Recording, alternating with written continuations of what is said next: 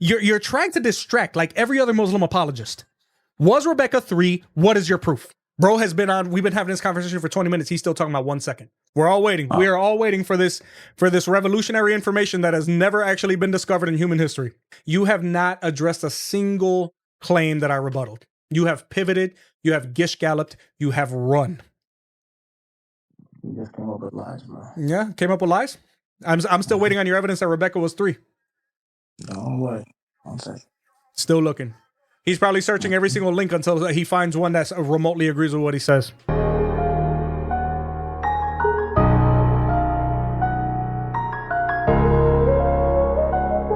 Literally, every single time. It has been translated to thousands of languages and never once lost meaning. The Quran hasn't even survived translation across the different dialects of Arabic. And you're going to sit there and try to put it around and say, well, what about the book of Deuteronomy? When I asked you why a dirty 53-year-old man would find it tolerable to marry a 6-year-old girl, and you went to the book of Deuteronomy. That's a problem to marry. Actually, I'm glad you brought that up, because you and the other guy was talking, and you said, I think you mentioned the age of Aisha. Yep. And you guys were talking about something, and you told him not to apply 2025 standards to the time of Jesus, right? You said that, right? I said we're talking about proof of evidence. We're not talking about things like abusing children. So if that's where you're trying to go, don't even bother. No, I just wanted to be on the same page. Okay, so get to your point. Did I hear you say that? Get to your point. I already told you what I was talking about. We were talking about burden of proof. Okay. So if you have a problem with the marriage of Aisha, do you know there were little girls that were married in the Bible? No. Like Rebecca? How old was Rebecca? Rebecca was not 3 years old, is what you're alluding to. Are you ready for me to? Are you wasn't 3 years old? Are you ready for me to destroy that? Do you have evidence? Do you have any historical sources that say Rebecca was 3 years old? Dude, Rebecca wasn't 3 years old? No, dude, she wasn't 3 years old. She was not 3 years old. Oh wow! How old was she? She was already a young woman carrying gallons of water. Do you know any 3-year-olds? How old? So first of all, you're talking about a false equivalency. Do you have any historical evidence in the Bible or otherwise that Rebecca was 3 years old? Give me a source that says Rebecca was 3 years old. Come on. Oh, come on, bro. Yeah, come on, bro. Here we go, bro. You're going on YouTube. I'm just letting you know. You're going on YouTube. I've been respectful. I haven't disrespected brother, listen, I don't give a damn about your standards of respect. You're sitting here disrespecting the Bible, lying about Rebecca's age. I asked you to prove it to me, and your answer was, come on, bro. Do you have anything biblically or otherwise saying that Rebecca was 3 years old? Sure. What is it? 1 second.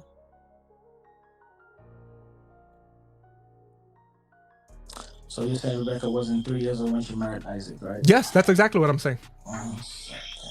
And you believe the Bible is the word of God? No problem. It's in Genesis 24:67. I'm still waiting. Do you have anything or not?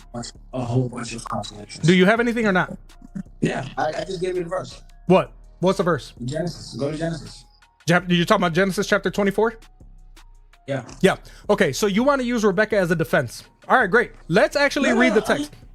Let's read the text, because I'm going to go to the Bible again, and I'm going to pull your lie apart, because you still, like a true coward, refuse to talk about Aisha. So let's talk about it. Genesis 24:16. The young woman was very attractive in appearance, a maiden whom no man had known. The Hebrew word for young woman here is na'ara, meaning a youthful woman and not a little girl. She was not a toddler, nor was she prepubescent like Aisha was. Nothing in the biblical text says that she was 6, 9, or even 12, and I'm going to show you how. The cultural traditions of the time said that she was old enough to travel alone with Eliezer, draw water, make her own decision about marriage in Genesis chapter 24, verses 57 and 58, and to give consent. That is not describing a helpless child. We can contrast that with the Islamic sources, and it explicitly say that she was 6 years old at the time of the marriage, and she was 9 years old at the time of consummation. Sahih al-Bukhari 51:34. The Prophet married her when she was 6 years old, and he consummated his marriage when she was 9 years old. There is no ambiguity. That is canonical, multiple chain hadith, your most reliable sources that explain the Quran. Now, let's talk about consent in the Bible versus coercion in Islamic sources. Rebecca was asked if she wanted to go. Genesis chapter 24, verses 57 and 58 said, they said, let us call the young woman and ask her. And they called Rebecca and said to her, will you go with this man? She said, I will go. No one married her off behind closed doors. There was no coercion. She was playing with dolls when the prophet came in. Imagery like we see in the hadith, right? So Rebecca wasn't there playing with dolls. She was actually old enough in her middle to late teens to in that culture where she was like, yeah, I'll go, no problem, right? I've never met a 3-year-old that is carrying gallons of water back and forth, which again is alluded to in the Bible. Aisha was still playing with dolls when Muhammad took her into his house. Sahih Muslim 2440, Aisha said, I used to play with dolls in the presence of the prophet. You don't find anything like that in the Bible. Let's talk about the fact that moral standards are rooted in God's nature and not cultural relativism.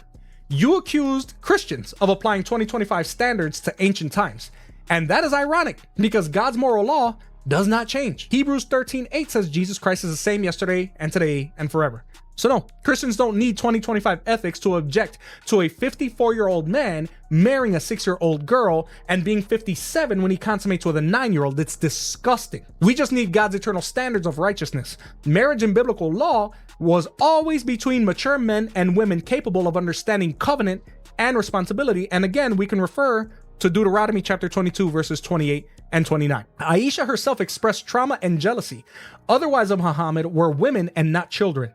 Even Muslim reformers today call the hadith on her age embarrassing and argue for reinterpretation. And why? Because deep down, everybody knows that it's wrong. So again, this is time number 2 that you pivot, and time number 2 that I completely eviscerated the lie that you tried to tell. You made the assertion that Rebecca was 3 years old.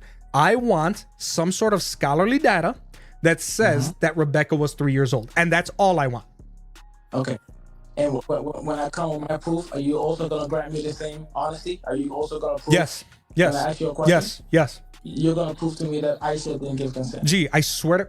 I asked you a question, dude. You're trying to distract like every other Muslim apologist. Was Rebecca 3? What is your proof?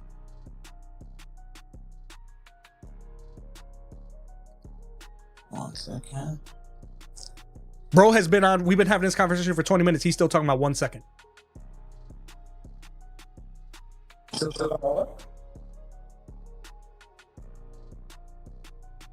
We're all waiting. We are all waiting for this revolutionary information that has never actually been discovered in human history.